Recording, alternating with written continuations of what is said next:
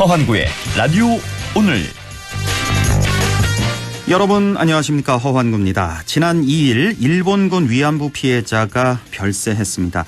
일본군 위안부 피해자 총 240명인데요. 이 중 231명이 사망해 현재 생존자는 9분으로 한 자릿수가 됐습니다.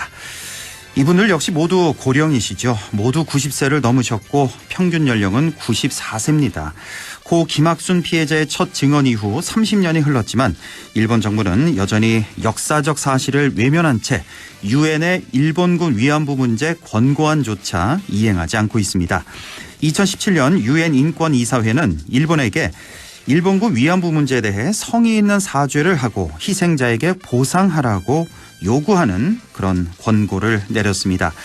오는 7일 기시다 일본 총리가 한국을 찾는데요. 미래지향적인 한일 관계도 좋지만 과거사에 대한 진심 어린 사죄와 반성이 없다면 모래 위의 성에 불과하겠죠.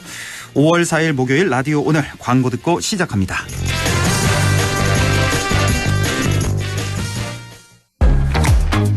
렉스턴 스포츠 쿨맨 등장. 픽업으로 누릴 수 있는 모든 순간을 완벽하게. 압도적 디자인과 세련된 인테리어, 무한한 가능성의 데크까지. 쿨맨, 세상과 사람 모두를 담다. 지금 KG 모빌리티에서 만나보세요. 5월 가정의 달을 맞아 관절 건강 호건음 프리미엄 골드가 사랑 가득 감사 세일을 준비했습니다. 세 박스를 구입하시면 한 박스를 더 드리는 특별한 기회. 사랑하는 부모님께 건강을 선물하세요. 1833-3399 건강기능식품입니다. 제조원 동진제약, 판매원 매일생활건강. 메르세데스 벤츠가 인증한 벤츠는 다릅니다. 198가지 품질 테스트, 24시간 긴급 출동 서비스, 1년 무상 AS까지. 이렇게까지 해야 메르세데스 벤츠 인증 중고차니까. 변함없는 클래스에 대한 믿음. 지금 전시장에서 만나보세요. 네, 라디오 오늘 목요일 순서 시작합니다. 1부 천하람의 천하무적 국민의힘 천하람 변호사와 함께하겠고요. 2부 이슈 오늘에서는 내일부터 영주에서 한국 선비문화축제가 열립니다. 잠시 후 영주관광문화재단 이태훈 사무국장을 연결해서 자세히 알아보겠습니다. 이어서 진보의 눈으로 바라보는 정치 현안 임미애 그래도 정치, 더불어민주당 경북도당 임미애 위원장과 함께하겠습니다. 라디오 오늘 유튜브로도 다시 들으실 수 있습니다. 많은 애청 바랍니다. 네, 보수의 눈으로 시사 현안 분석해 보겠습니다. 천하무적 국민의힘 천하람 변호사 연결돼 있습니다. 안녕하십니까? 네, 안녕하세요. 전남순천의 천하람입니다. 예, 태영호 의원 얘기를 안 할 수가 없습니다. 한 달쯤 된 것 같은데요. 그 4.3 발언부터 시작해서 김구 선생 발언, 또 공천 녹취록 나왔죠. 후원금 의혹 나왔죠. 오늘은 또 청년 보좌관 스펙 쌓기 의혹까지 줄줄이 이어지고 있는데, 자, 네. 그래서 지금 언론에서 보면 태영호 의원은 김재원 의원과는 좀 다르게 좀 경징계 될 것 같다는 그런 분석이 있었는데 이게 좀 중징계 쪽으로 좀 많이 바뀌고 있는 것 같네요. 네, 이제 중징계 될 걸로 예상이 됩니다. 원래는 말씀하셨던 것처럼 이게 네. 이제 본인의 소신이라고 계속해서 주장을 했기 때문에 태영호 의원 같은 경우는 그렇죠. 예. 이게 이제 뭐 본인이 소신이라는데 이걸 어떻게 징계하겠느냐라고 하는 당내 일각의 분위기도 있었던 게 사실입니다. 예. 그렇지만 최근에 이제 녹취 파일이 공개된 게 거의 결정적이었던 것이 아닌가. 네. 왜냐하면은 지금 이제 이번 지도부 자체가 사실은 처음 출범할 때부터 윤심에 기댄 지도부 아니냐라고 하는 평가들이 많습니다. 예. 그런 상황에서 지금 대통령실에서 공천을 가지고 압박을 한다라고 하는 인식을 우리 국민들께 심어드렸기 때문에 이거는 굉장히 심각한 문제고, 예. 제 예상으로는 아마 다음번 총선에서 공천을 받기 힘든 수준의 중징계를 하지 않겠느냐, 그렇게 예상이 됩니다. 뭐 1년 이상 당원권 네. 정지 뭐 이 정도.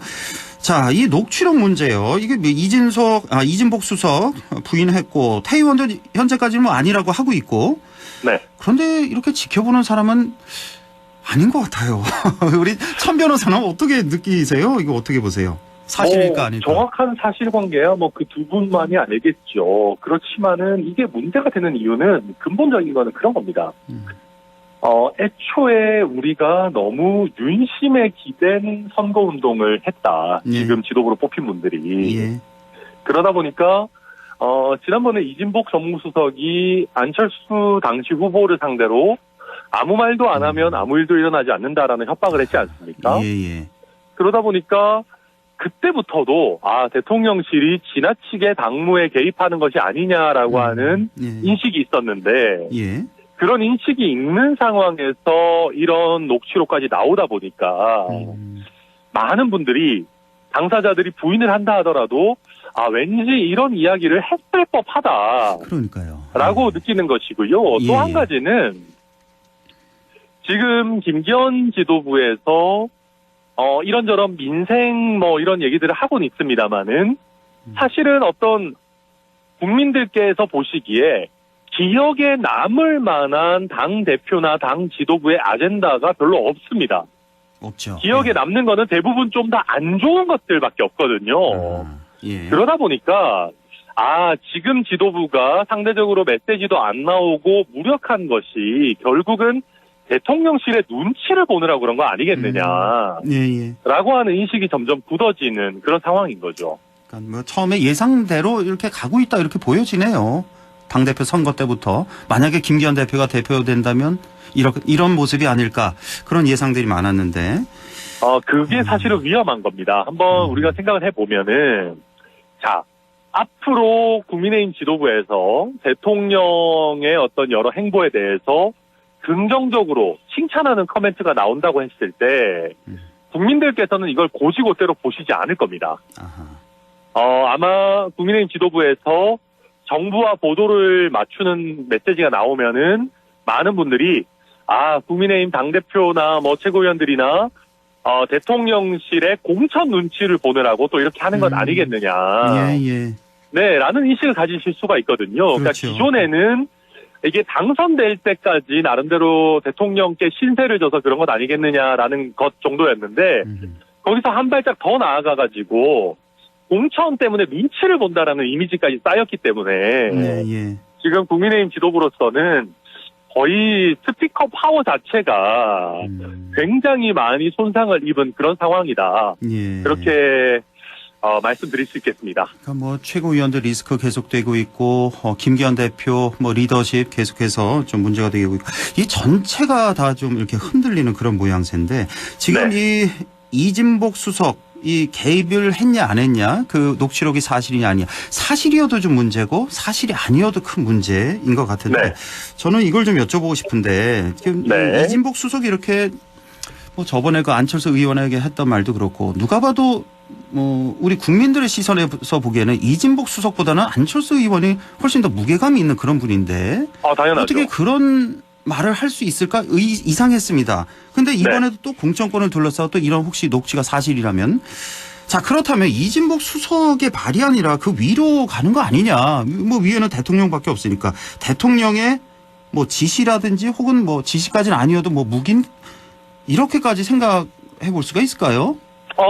그거야 이제 우리가 추측의 영역이니까요. 함부로 말씀드리긴 어렵습니다만은 결국 이것도 모든 게 다 인식의 문제입니다. 물론 저는 대통령께서 무슨 굉장히 이렇게 사소하게 어떤 의미에서는 정무수석을 불러다가 놓고 그 요새 최고위원들 발언 뭐 하는지 살펴보고 우리한테 마음에 드는 발언 해야지 공천 줍시다.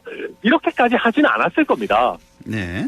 그런데 이제 우리가 대통령의 어떤 당무와 관련한 문제에 있어가지고 조금 시계를 돌려보면은 권성동 의원과 이제 텔레그램 메시지를 주고받으면서 이제 내부 총질하는 당대표가 없어지니까 우리 당도 잘하고 있는 것 같다. 체리 따봉 메시지라든지 이런 것들이 나오다 보니까 아마 이제 많은 국민들께서 대통령께서 본인에게 어떤 다른 의견을 내지 않는 그런 여당을 원하시는 것 아니냐.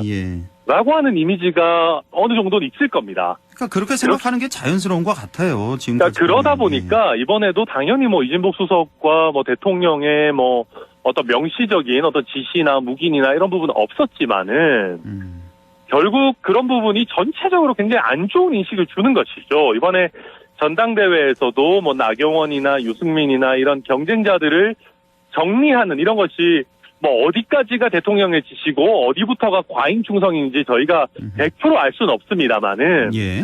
대통령실에서 좀 지나치게 여당을 좀 대통령실의 무슨 용산 출장소처럼 생각하는 건 아니냐라고 하는 인식들을 예. 좀 우리 대통령실에 줬던 게 아닌가. 저는 그런 부분들이 사실 굉장히 아쉽습니다. 그러니까 대통령의 지시나 묵인이 전혀 없었다면 지금 이진복 수석이 대통령실 전체를 다 흔들고 있는 거 아니겠습니까? 저번 안철수 의원 발언부터 시작해서 이번에도 마찬가지고. 그러면 이진복 수석 어떻게 뭐 좀 정리를 해야 되는 거 아닙니까? 만약 이런 게 없었다면. 대통령이 굉장히 기분 나빠할 것 같거든요. 그러니까 저는 사실은 뭐 이번에 태영 의원과 관련한 이런 어떤 의혹뿐만이 아니더라도 지난번에 안철수 의원에게 대해 가지고 그런 협박을 한 것만 놓고 보더라도 저는 사퇴해야 하는 게 맞다라고 생각을 합니다. 예예. 왜냐하면은 당내에서 당대표 선거라고 하는 것은 대선 후보 경선을 제외하고는 최상위의 당내 선거입니다. 예. 거기서 굉장히 유력한 후보에 대해 가지고 아무 말도 하지 말라라고 하는 것은 대통령실의 정무수석으로서 할 수 있는 범위를 넘어선 것이거든요. 예. 저는 그때 이미 경질되었었어야 되는 거 아닌가 그렇게 봅니다. 그러니까 그때 그렇고 이번에도 침묵하고 있고 이런 걸 보니까 자꾸 국민들이 대통령이 뭔가 뭐 있는 거 아니야 이렇게 의심을 하게 된다. 그렇죠. 예. 문제가 있는 발언이 나왔는데 거기에 대해 가지고 어떤 벌 내지는 경질이 없다라고 한다면은 예. 그런 오해들이 쌓일 수가 있기 때문에 저도 이번에 정무수석에 대해 가지고는 적절한 어떤 판단이 이루어질 필요가 있다 그렇게 봅니다. 네, 민주당 돈봉투 의혹 관련해서 윤관석, 이성만 의원 탈당했습니다. 자, 이 정도로 정리가 될까요? 좀 부족하죠? 민주당 지도부가 봤을 때는 이 정도로 좀 잠잠해지기를 바라겠지만은 이번에 녹취 파일이 공개된 것들이 너무나 좀 상세합니다. 예. 그러다 보니까 이제 민주당에서 이 정도로 뭐 두 자금 전달책이 탈당했으니까 된 거 아니냐라고 하기에는 국민적인 감정이 분명히 안 좋은 그런 상황이고요. 예. 또 한 가지는 좀 아쉬운 것은 민주당에서 우리가 진상조사해봤자 뭐 별거 없다라고만 할 것이 아니고 뭔가 나름대로 조금 더 적극적인 모양새가 나왔어야 되는데 그런 것들이 없다 보니까 오히려 국민들께서 왜 이렇게 민주당이 좀 미온적이지? 그런 상황이고 이제 어제 오늘 들어서야 뭐 박지원 원장 같은 분들도 과거에 뭐 국민의힘의 사례를 봐서 뭐 이렇게 천막 당사를 칠 각오로 어떤 뭐 새 신책을 내놔야 되는 거 아니냐라는 얘기들은 나오고 있는데 상대적으로 그런 타이밍 자체가 초기 대응 자체가 굉장히 좀 늦은 거 아니냐, 좀 너무 미온적인 거 아니냐, 뭐 그렇게 보입니다. 그렇죠. 예. 송영길 전 대표 검찰 자진 출석했는데요. 이거 어떻게 보셨어요? 이 모습? 이거는 제가 송영길 대표가 변호사가 아니라면은 뭐 그러려니 할 수도 있겠는데 송영길 대표가 변호사 자격이 있으시거든요. 예. 이거는 변호사들이 봤을 때는 쇼입니다. 아하, 쇼다. 예. 네, 이거는 이제 변호사들은 다 압니다. 이게 검찰에 그냥 내가 가가지고 오늘 조사해 주세요라고 한다고 해가지고 조사를 해주지 않거든요. 그렇겠죠. 예. 당연하죠. 왜냐하면 예. 그쪽도 나름대로의 어떤 그 조사의 뭐 스케줄도 있고 타임라인도 있고 뭐 그러기 때문에 예. 그래서 이거는 결국에는 본인이 뭐 한번 이제 좀 쇼를 하는 건데 제가 봤을 때 좀 안 좋은 면은 예. 송영길 대표가 상황이 이 지경까지 왔는데도 멋있는 척을 하려고 하세요. 아하, 어떤 면에서 그렇게 보셨어요? 그러니까 보면은 그런 겁니다. 뭐 와가지고 차라리 뭐 나를 구속하고 다른 사람들은 놔둬라 뭐 자꾸 이런 식으로 그리고 뭐 프랑스에서 기자회견을 해가지고 뭐 이렇게 이런저런 얘기들을 하지 않나. 예. 좀 뭐랄까요. 이게 엄중하게 이 사건을 보는 것이 아니라 너무 과하게 연루만만하다라는 느낌을 드리거든요. 국민들께. 예. 저는 이런 게 굉장히 안 좋다고 봅니다. 그러니까 만약에 천하람 캠프에서 이런 돈봉투 사건이 일어났다면은 저는 후보자가 몰랐을 리도 없다고 생각하지만은 예. 만약에 후보자가 몰랐더라도 국민들 앞에 훨씬 더 겸손한 자세로 임해야 되는 것이거든요. 근데 근데 이것은 뭐 국민들 앞에 메시지를 내놓는 거라기보다는 오히려 나랑 같이 고생한 사람들 내가 챙길 테니까 걱정 마. 약간 이런 느낌의 메시지들이 나오는 것 같아가지고 예. 저는 이거는 굉장히 부적절한 행보였다. 그렇게 생각합니다. 그렇게 보셨군요. 예. 자, 간호법을 두고 지금 긴장 계속되고 있는데요. 대통령이 거부권 행사할 것 같습니까? 어떻게 보십니까? 일단 국민의힘에서는 대통령의 거부권 행사를 건의할 걸로, 그리고 그런 메시지들이 이미 많이 나왔죠. 예. 보입니다만은 저는 현실적으로 이게 이렇게까지 우리가 부딪힐 만한 일인가 좀 이해가 잘 안 되는 면들이 있습니다. 왜냐하면은 우리 윤석열 대통령께서도 후보 시절에 간호법과 관련해가지고 그래도 나름대로 뭐 이게 뭐 공약이다 아니다 뭐 이런 식의 이제 뭐 설왕설래가 있습니다만은 예. 간호사들의 어떤 그 권익 증진이 필요하다라는 거에 대해서는 명확한 메시지를 내놓으셨었거든요. 그렇습니다. 그렇기 때문에 여기서 저는 굳이 이걸 거부권까지 행사할 일인가. 예, 저는 좀 이게 지나치게 좀 정쟁 위주로 흐르는 거에 대해 가지고 아쉬운 마음이 있고, 오히려 우리가 그 법안을 심사하는 과정에서 물론 민주당도 너무 과하게 밀어붙인 면도 있지만은 국민의힘에서 좀 더 협상 내지는 타협을 위한 노력들을 좀 더 기울였었어야 되는 것이 아닌가. 예. 예, 그런 면에서 이게 간호법이 내용으로 보나 아니면 여러 가지 그 정치적인 상황으로 보나 이렇게까지 극한 대립으로 올 것은 아니었는데, 예, 저는 앞으로도 거부권 행사하실 일이 이게 계속 이어질 수도 있을 것 같은데, 예. 여기서 거부권을 굳이 행사해야 되나라고 하는 그런 좀 의구심을 가지고 있습니다. 대통령 거부권 행사 안 하는 게 좀 바람직하겠다 이런 의견이시고, 하나만 더 여쭤볼게요. 이제 기시다 총리가 7일, 8일 방한을 하는데, 아니 왜 이렇게 급작스럽게 빨리 방한할까? 일본에서 뭘 노리고 이렇게 하는 걸까? 원하는 게 뭘까? 어떻게 해석하십니까? 저는 이 부분은 나름대로 한국 외교가 먹혀들고 있는 부분이라고 봅니다. 그렇습니까? 네, 왜냐하면은 지금 이제 셔틀 외교를 복원하자라는 얘기는 지난번에 이제 윤석열 대통령께서 한일 정상회담을 할 때도 그런 게 이제 계속해서 언론에서 이슈가 된 부분이었고, 예. 지금 보면 일본이 화이트리스트에 한국을 이제 복귀를 시켰을 뿐만 아니라 이번에는 그래도 뭔가 조금 더 진척된 과거사에 대한 입장이 나오지 않겠느냐 하는 전망들도 좀 나오고 있거든요. 그래요? 왜냐하면은 지금 우리가 한일 관계 개선에 대해 가지고 미국도 나름대로 이 부분에 대한 우리 대한민국의 노력을 알고 있는 그런 상황이기 때문에 예. 이게 지금 또 게다가 국내 여론이 심상치 않다라는 것도 미국이 충분히 알고 있을 겁니다. 예. 그래서 저는 한일 정상회담이 이렇게 재빠르게 다시 잡힌 부분에 있어가지고는 일본에서도 어느 정도의 호응은 있어야 된다라고 하는 그 외교가의 어떤 그런 움직임들이 특히 미국을 중심으로 해가지고 있었던 것이 아닌가 저는 뭐 그렇게 보고 있습니다.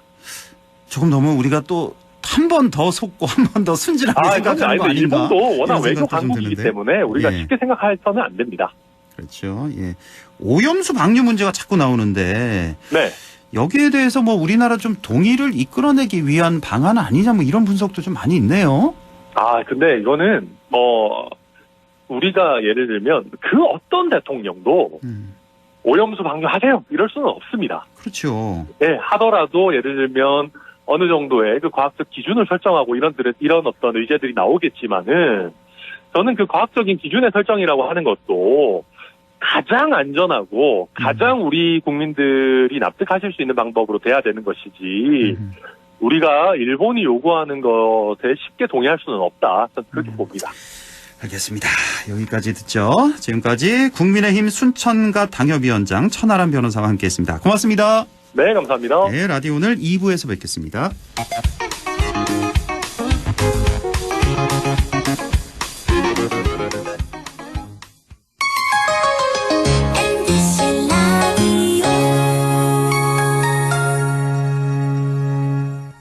가구 살 땐 꼭 한번 가보자. 안동 명품 가구 백화점. 흑표 흑침대, 양성국 갤러리, 금성침대, 한국 가죽 소파, 장수돌 침대. 다양한 브랜드 가구를 한 곳에서 쇼핑할 수 있는 대형 가구 전시장. 안동 명품 가구 백화점. 네 얼굴 와 글로? 야근한다고 티다. 네 월급은 와 글로? 최저임금은 안 오르지. 물가는 오르지. 내가 진짜 박스 죽겠다. 물가는 내리고 최저임금은 올리고 민주노총 경북지역본부가 앞장서겠습니다. 1577-2260 오늘도 안전하게 음주운전 예방수칙 알려드립니다. 첫 번째, 술자리가 예정된 경우 미리 귀가 방법을 정하고 차는 가져가지 않는 것이 안전합니다. 두 번째, 음주 후 자전거나 전동 킥보드를 이용하는 것도 음주운전 처벌 대상에 포함됩니다. 세 번째, 과음을 한 다음 날에는 대중교통을 이용해주세요. 숙취 음주운전 역시 처벌 대상입니다. 네 번째, 음주운전을 방조하는 경우에도 3년 이하의 징역형 또는 1,000만 원 이하의 벌금형에 처해질 수 있습니다. 적극적으로 말려주세요. 위험한 음주운전 미리 예방하여 소중한 생명을 지켜주세요.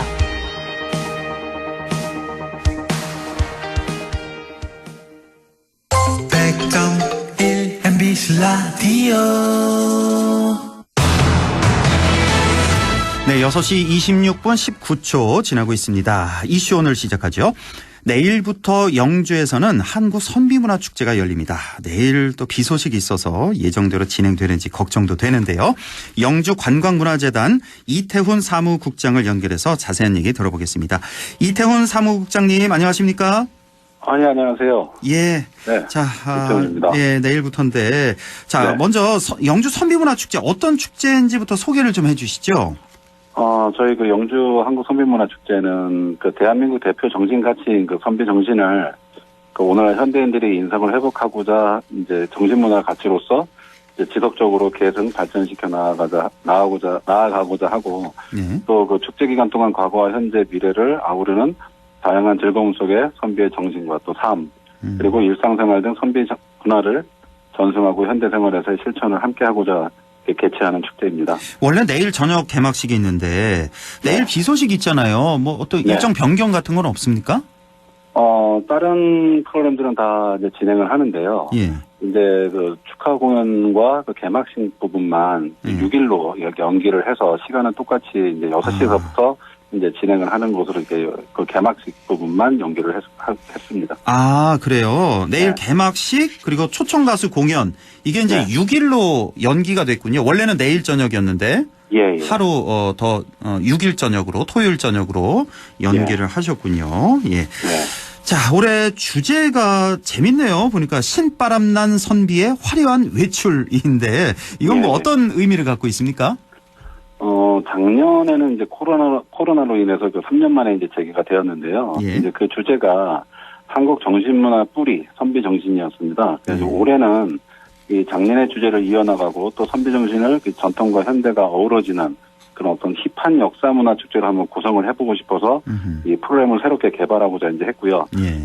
그래서 이 새로운 어떤 그 관광 수요인 이 MZ 세대들의 공감대를 좀 형성하고 또 선비들의 그런 어떤 다양한 생활을 보여주고 또 팬데믹으로부터 해방돼서 또 자유로운 일상을 즐기는 우리의 모습을 선비를 통해 보여주고자 이 주제를 신바람난 선비의 화려한 외출로 잡았습니다. 예, 어떤 뭐 딱딱한 선비의 모습이 아니라 좀 재미있는 그런 모습, 예, 네. 이런 모습을 보여주겠다. 자, 지난 몇 해 동안 코로나 탓에 이제 제대로 치러지지 못했는데 다시 대면 축제가 된 만큼 준비할 게 훨씬 더 많았을 것 같은데요. 자, 이번에 준비하시면서 특별히 좀 더 신경을 썼다 하는 부분이 있다면 어떤 점입니까?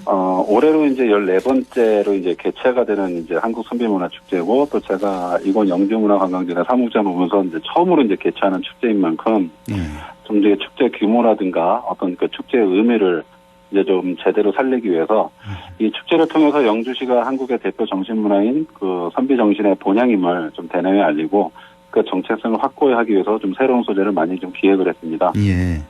크게 이렇게 세 가지로 좀 이렇게 저희가 좀 중점을 두었는데요. 세 가지. 예, 그 첫 번째는 이제 그 최초의 서원을 창건하고 또 최초의 사획 서원인 소수 서원의 의미를 재조명하고자 저희가 그 교지 퍼포먼스를 아주 멋있게 좀 준비를 했고요. 예. 예, 두 번째는 전 축제와는 달리 개막식에서 이제 축제의 의미와 가치를 담은 그 주제 공연을 좀 준비했습니다. 예. 이 주제가 이제 또 이 신바람난 선비의 화려한 외출이다 보니까 선비의 하루라는 주제로 또 미디어 아트와 또 극예술 무대 공연이 한데 어우러지는 그런 어떤 지조, 지혜, 또 신명, 풍류, 포용의 그 선비 정신을 바탕으로 새로운 시대를 맞아서 자부심과 흥, 또 자유로움의 선비 정신을 구성된 공연이고요. 예. 그리고 마지막으로 이제 10년 만에 부활하는 퍼레이드인데요. 아, 퍼레이드. 10년 만에 부활을 하다 보니까는 영주 시민분들께서 많은 이제 관심과 또 기대가 크신데요. 네. 너무 많은 분들이 퍼레이드에 이제 참여 신청을 하셔서 우선 감사하다는 말씀 먼저 드리고 모두 이제 또 참가를 하지 못하게 된 것에 대해서 또 죄송하다는 말씀을 또 먼저 드립니다. 예. 크게 세 가지 신경을 쓰셨다. 바로 교지 퍼포먼스, 주제 공연, 퍼레이드 이렇게 세 가지인데 하나하나 좀 자세히 좀 여쭤보겠습니다. 자, 이제 원래 이제 내일 개막 축하 공연 이거 이제 연기가 됐고 이제 모레 열리는 거죠, 그러니까 개막식이. 자, 개막 행사 어떻게 준비하고 있습니까? 일단 내일은 이제 프로그램은 이제 저희가 이제 고우제를 시작으로 이제 시작이 되는데 고우제는 연기를 안 하고 내일은 이제 준비가 5월 5일 날 그대로 이제 진행이 되고요. 고우제는 그대로 하고. 이제 개막식이 이제 6일로 연기가 되면서 이제 기본에 이제 저희가 잡고 있던 퍼레이드와 개막식이 한데 어우러지면 또 연출을 구성을 했습니다. 그래서 우천으로 인해서 좀 색다른 연출이 좀 나올 것도 좀 기대가 되고 있고요. 개막식은 사전 행사로는 이제 저희가 이제 지역 예술인 및 관내에 있는 그 영광여중과 또 그 동산여중의 학생들로 이루어진 모든 북공연이 이제 이루어지고서요. 그다음에 이제 그 트로 태권 가수 나태주 공연을 시작으로 이제 공식 행사가 이제 진행이 됩니다. 그 후에는 이제 주제 공연에 이은 교지 퍼포먼스 이후에 또 어린이 태권도 시범 공연에 이어서 또 설아윤 씨, 또 MZ 세대들, 그 수우파에서 준우승을 했던 댄스팀 후크 아이키의 공연이 이제 끝으로 이제 그 개막식이 끝나게 됩니다. 아이고, 아주 뭐 들썩들썩 하겠네요. 내일 모레 개막식에서. 자, 2023 한국 선비문화 축제 뭐 이거 말고도 다양한 볼거리 즐길 거리 많이 준비하셨을 텐데 몇 가지만 좀 소개를 해 주신다면요. 이번 한국 선비문화축제는 그 작년과 달리 선비촌 일원 외에도 이 그 시민운동장 밑에 그 서천 둔치에서 이 도심으로 이제 같이 이제 끌고 내려와서 선비촌과 도심 이렇게 이원화돼서 이제 열리고 있습니다. 그래서 개막식장에 이제 서천에서 이제 하게 되는데 메인 무대는 이제 저희가 이제 서천 둔치에다가 이제 만들어 놨고요. 그 메인 행사장에는 이제 먹거리 부스 또 체험 부스도 이제 함께 펼쳐지고 또 국내에서도 이제 인기 있는 그 유명한 영주 한우가 또 할인 행사가 또 즉석에서 브이로도 이제 드실 수 있도록 저희가 준비를 했습니다. 근데 이제 어린이날에 이제 또 비가 와서 어린이들도 많이 또 이제 아쉬워할 거를 대비해서 계속해서 이제 또 6, 7일 날도 어린이 자연 놀이터도 이제 준비를 했고요. 그리고 또 이제 예선 결선을 해서 이제 좀 재밌게 시민들이 함께 할 수 있는 온목 대회, 머슴 대회, 이제 그리고 또 뭐 국궁 이렇게 좀 다양하게 시민들이 참여할 수 있는 코너도 이제 메인 행사장에다 만들어 놨고요. 선비촌에서는 외줄타기라든가 광대놀이 그런 어떤 난장을 또 즐겁게 지낼 수 있게끔 저희가 만들어 놨습니다. 정말 많이 준비를 하셨는데 뭐 다른 거 다 예상이 좀 되는데 머슴 대회가 있어요? 이거 머슴 대회는 뭐 어떻게 하는 거죠?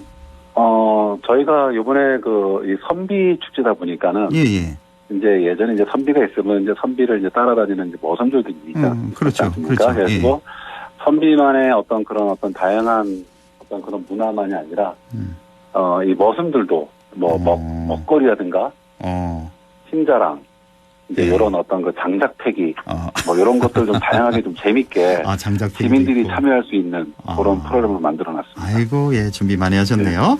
자, 모레 토요일 오후에 이제 이번 축제 하이라이트라고 할 수 있는 퍼레이드 아까 신경 많이 쓰셨다는 그 신바람 퍼레이드가 펼쳐지는데 선비의 산책이라고 이렇게 예고가 돼 있던데 이건 어떻게 진행이 되는 겁니까? 이제 10년 만에 부활하는 이제 축제의 퍼레이드이고요. 그 코로나로 이제 움츠렀던 우리들의 그 자유를 만끽하고 또 그 선비가 그 자유와 흥을 느끼며 산책하는 모습을 퍼레이드로 이제 옮겨보고 싶어서 저희가 퍼레이드 주제를 컴백 신바람 퍼레이드 선비의 산책으로 이제 했는데요.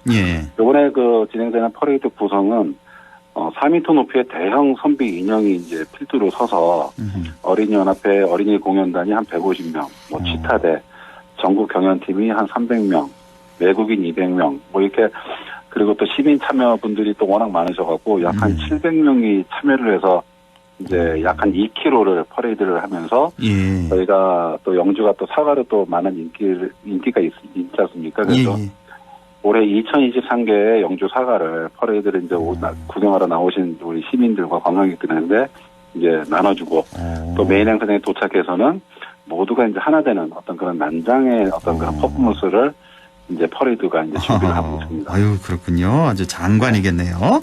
자, 그리고 창작 오페라 선비, 실경 뮤지컬 정도전, 마당놀이, 댄동 어미도 역시 축제 기간에 구경할 수 있다고 하는데 이것도 잠시 소개를 좀 해주시죠. 요번에 저희가 많은 걸 준비했는데 이게 날짜가 이제 하루가 이제 빠지면서 전관계로 저희가 그래서 이제 요번에 6일, 7일 이틀 동안 선비촌에서 댄동어미만 저희가 지금 공연을 올리게 됩니다. 아, 그럼 창작 오페라 선비랑 정도전 이건 못 하고요? 그거는 이제 다른 축제 때 이제 옮길 계획으로 저희가 지금 준비를 하고 있습니다. 준비 많이 하셨을 텐데, 이 스태프진들이. 예. 아쉽네요. 예. 네, 그래서 이제 댄동어미라는 그 공연을 간략하게 좀 소개를 드리면요. 아시는 분도 많이 아시겠지만 청춘 과부의 신세 한탄으로 인해서 저희가 침체된 화전놀이의 분위기를 이제 전환시키기 위해서 댄동어미의 비극적인 그 일생을 담은 내용이 담겨 있는 건데요. 상황에 그 순응해야 한다는 교훈을 제시하면서 좀 표면적으로 이제 운명론적으로 세계관을 드러내고 있으나 내면적으로는 이제 자신의 회고담을 통해서 운명을 개척해 나가는 그런 강인한 의지와 삶의 태도를 보여주고 있는 그런 작품이 바로 댄동어미입니다. 그렇군요. 예. 자, 끝으로 덧붙이고 싶은 말씀 혹은 뭐 당부의 말씀 있으시다면요? 이번 축제를 위해서 저희가 많은 것을 준비했는데 우천으로 인해서 면무 프로그램을 좀 못하게 된 게 너무 많이 아쉽고요. 또 저희 재단 직원 및 또 시 관계자분들께서도 많이 아쉬워하고 있습니다. 그 점에 대해서는. 그래서 뭐 그만큼 이제 최선을 다해서 볼거리와 또 체험 또 즐길거리를 준비하고 있으니 많은 분들이 좀 영지에 오셔서 함께 하셨으면 감사하겠습니다. 네, 준비하시느라 고생 많으셨고 성황리에 축제 잘 끝나길 저도 기원하겠습니다. 네, 감사합니다. 예, 지금까지 영주관광문화재단 이태훈 사무국장이었습니다. 고맙습니다. 네, 감사합니다. 네. 라디오 오늘에서는 청취자 여러분의 참여를 기다리고 있습니다. 우리 지역에서 발생한 사건 사고 소식이나 함께 토론하고 싶은 내용을 안동 MBC 홈페이지 라디오 오늘 게시판에 올려주시기 바랍니다. 전화와 문자 참여도 하실 수 있습니다. 전화는 851국에 7191번, 문자는 샵 0913번으로 보내주시면 됩니다. 문자는 단문 50원, 장문 100원의 정보 이용료가 있습니다. 여러분의 많은 참여 바랍니다.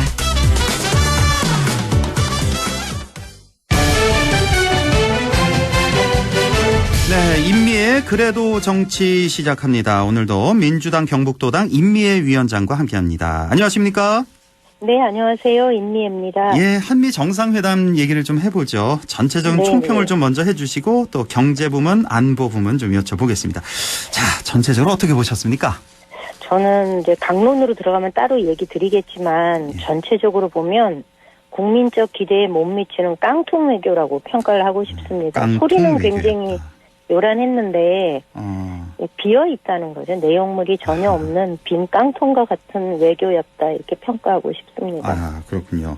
왜 그렇게 보시는지 그 경제적인 부분부터 좀 여쭤볼까요? 성과가 전혀 없었다 이렇게 보시는 겁니까? 그 경제적인 부분에 뭐 내세우는 것 중에 여러 가지가 있지만 실제로 우리가 뭐 8조 원 가량을 투자 유치를 했다 이런 얘기하고 뭐 MOU 체결했다 이런 얘기하지만 MOU는 실질적인 성과라고 얘기할 수가 없는 거고요.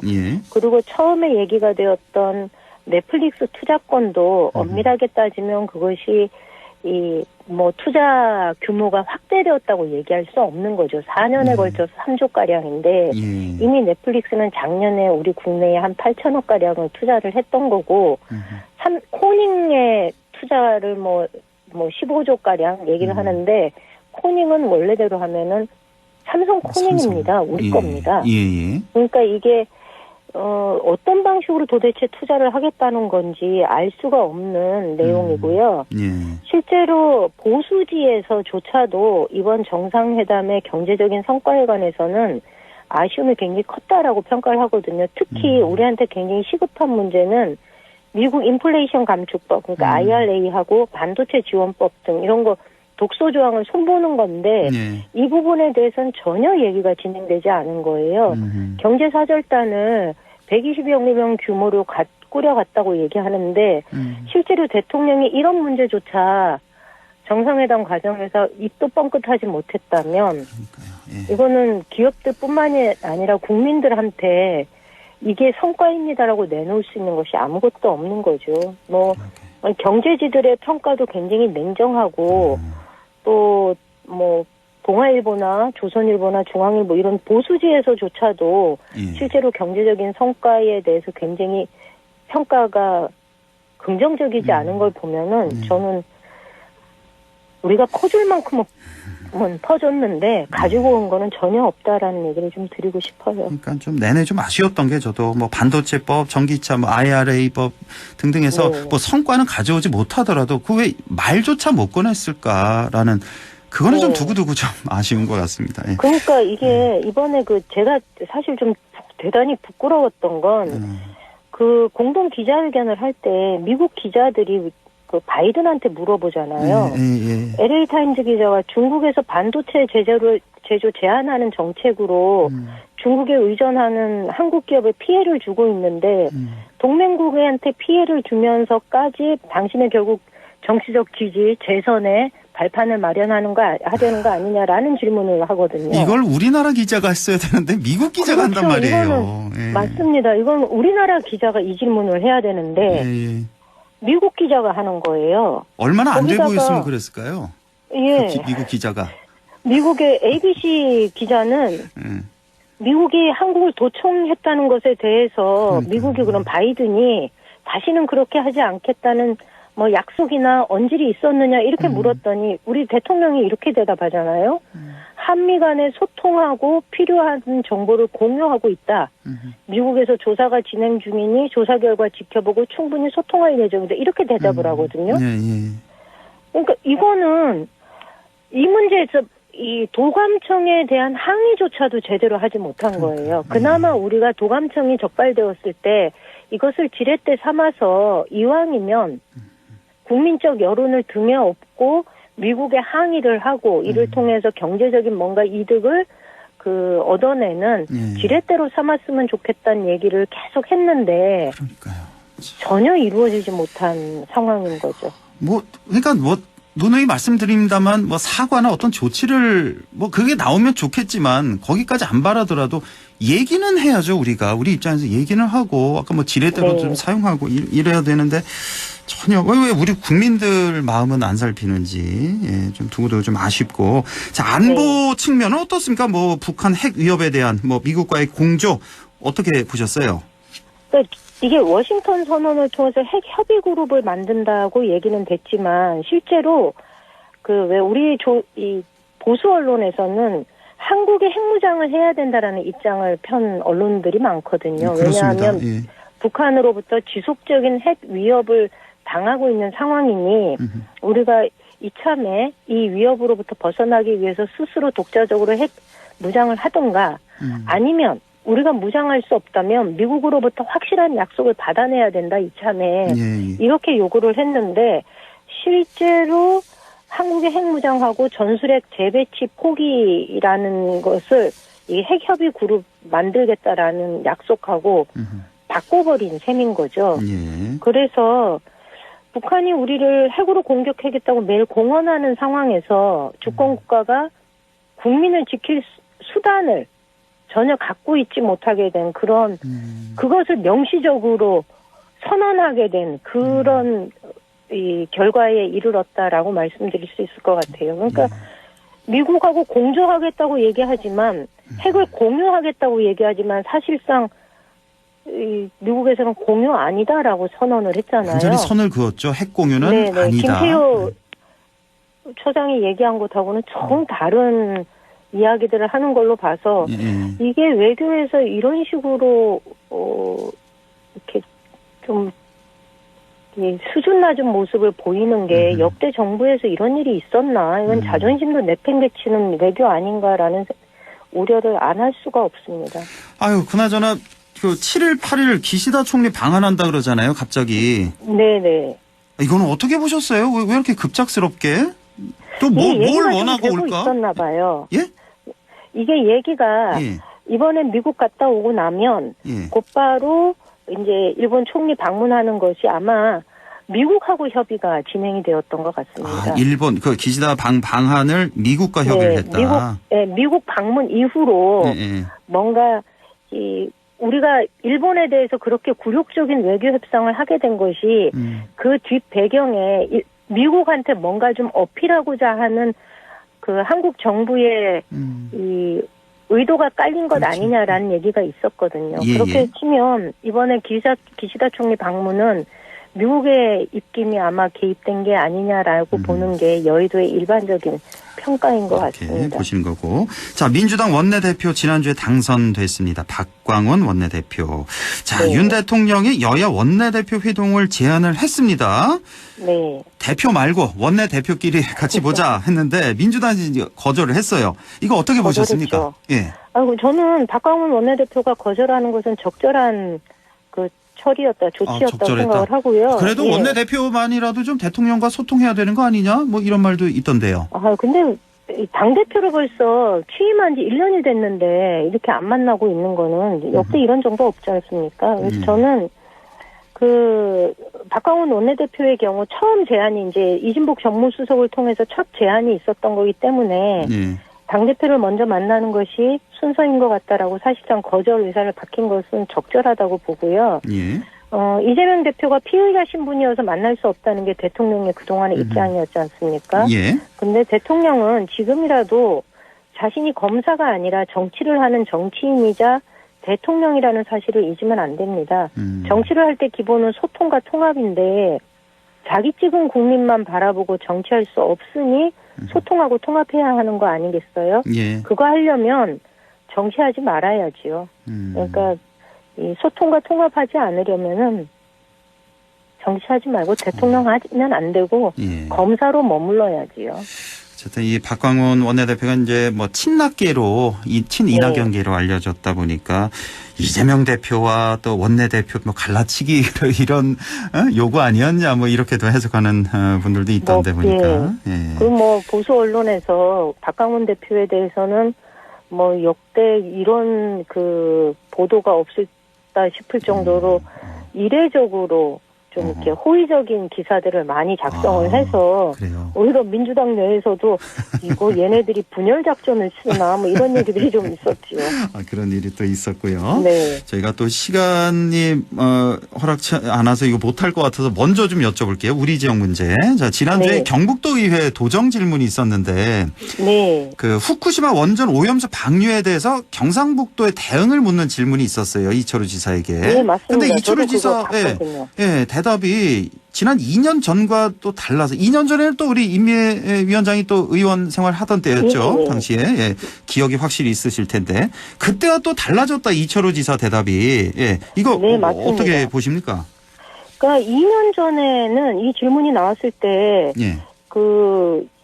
이철우 지사가 그때 뭐라 그랬냐 하면 막대한 양의 방사능 오염수를 방출하기로 한 것은 도민의 안전을 심각하게 위협하는 행위이기 때문에 절대로 용납할 수 없다.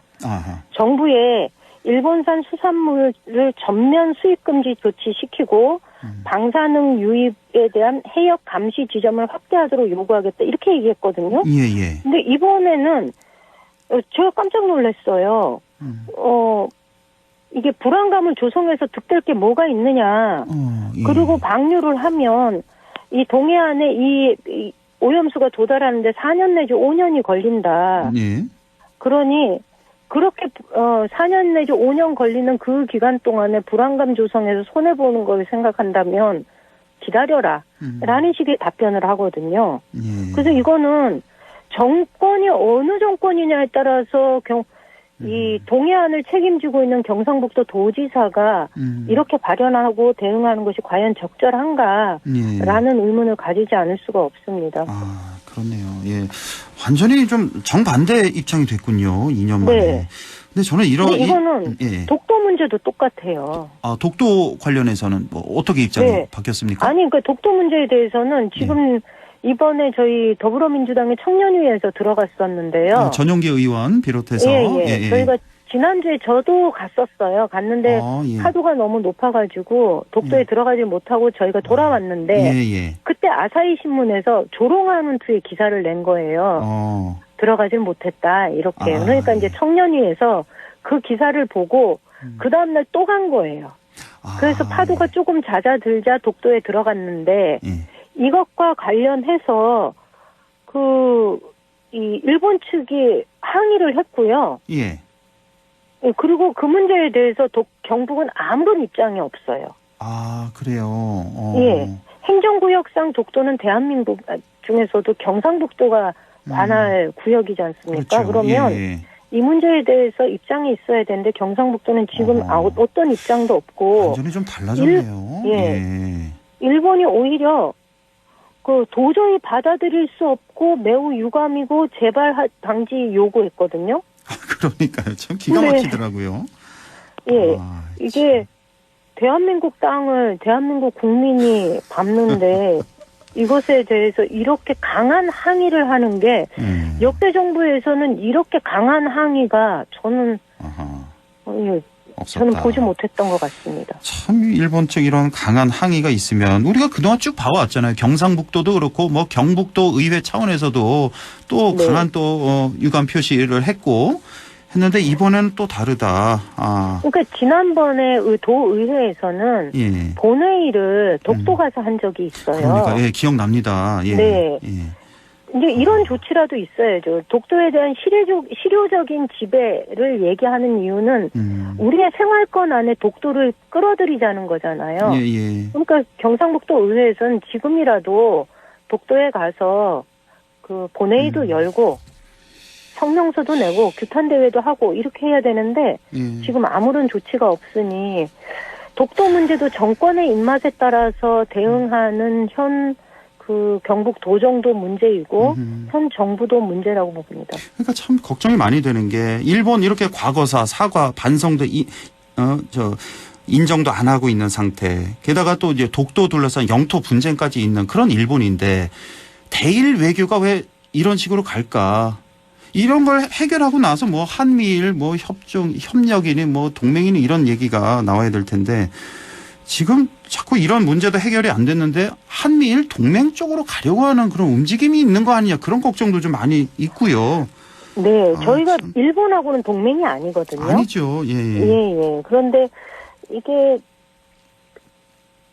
많은 국민들이 도대체 대한민국의 외교가 이 경제가 지금 바닥을 찍고 있고 14개월째 무역 수지가 적자를 벗어나지 못하고 있는 이 상황에서 대한민국의 외교가 어느 방향으로 가고 있는지 걱정하는 분들이 굉장히 많습니다. 맞습니다. 제가 오늘 구미에 왔는데 구미에 이제 기업체를 운영하시는 분들 만나 보니까 걱정이 정말 많으세요. 저희가 중국과의 수출 규모가 최고였잖아요. 그러니까요. 굉장히 컸거든요. 러시아도 그렇고. 근데 이 수출 규모가 많이 줄어든다고 얘기합니다. 걱정을 많이 해요. 그렇네요. 아유, 참, 왜 이렇게 국민들이 걱정을 많이 해야 되는지. 우리 태영호 의원 관련된 소식도 준비를 많이 하셨을 텐데, 아까 천하람 변호사랑 많이 짚어봤고, 시간이 다 돼서. 이건 뭐 다음 주에도 또 계속될 이슈니까, 다음 주에 또. 그러겠습니다. 이어가도록 하겠습니다. 자, 지금까지 더불어민주당 경북도당 임미애 위원장과 함께 했습니다. 고맙습니다. 네, 감사합니다.